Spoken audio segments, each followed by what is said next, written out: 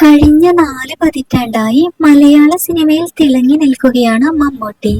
ഇക്കാലം അത്രയും മമ്മൂട്ടിയിലെ നടൻ മലയാളികൾക്ക് സമ്മാനിച്ചത് ഒട്ടനവധി മികച്ച സിനിമകളും കഥാപാത്രങ്ങളുമാണ്.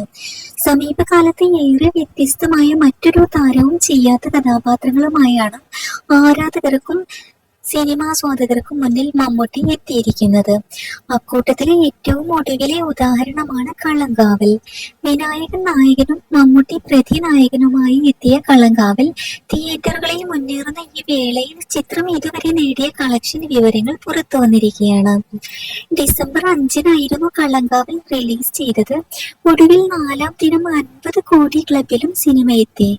റിലീസ് ചെയ്ത 6 ദിവസത്തിൽ 58.50 കോടിയാണ് കളങ്കാവൽ നേടിയിരിക്കുന്നത്. ട്രാക്കിംഗ് സൈറ്റായ സാഗ്നിൽക്കിന്റെ കണക്കാണിത്. ഇന്ത്യ നെറ്റ് 24.30 കോടി, ഓവർസീസ് 29.90 കോടി, ഇന്ത്യ ഗ്രോസ് 28.60 കോടി എന്നിങ്ങനെയാണ് കണക്കുകൾ. 7-ാം ദിവസത്തോടെ കളങ്കാവൽ 60 കോടി എന്ന സംഖ്യയും പിന്നിടുമെന്നാണ് ബുക്കിംഗ് കണക്കുകൾ സൂചിപ്പിക്കുന്നത്. കേരളത്തിന് പുറമെ ഇതര സംസ്ഥാനങ്ങളിലും കളങ്കാവലിന് മികച്ച കളക്ഷൻ ലഭിക്കുന്നുണ്ട്.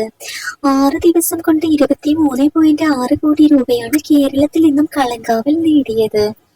കർണാടക 2.25 കോടി, ആന്ധ്ര തെലുങ്കാന 32 ലക്ഷം, തമിഴ്നാട് 1.63 കോടി, മറ്റിടങ്ങളിൽ നിന്നും 8 ലക്ഷം എന്നിങ്ങനെയാണ് കളങ്കാവൽ നേടിയതെന്ന് സാഗ്നിൽക്ക് റിപ്പോർട്ട് ചെയ്യുന്നു.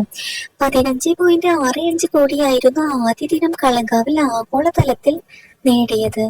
പിന്നാലെ 15.60 കോടി, 13 കോടി, 5.45 കോടി, 5.15 കോടി, 4 കോടിയിലധികം എന്നിങ്ങനെയാണ് മറ്റ് 5 ദിവസത്തെ കളക്ഷൻ കണക്കുകൾ.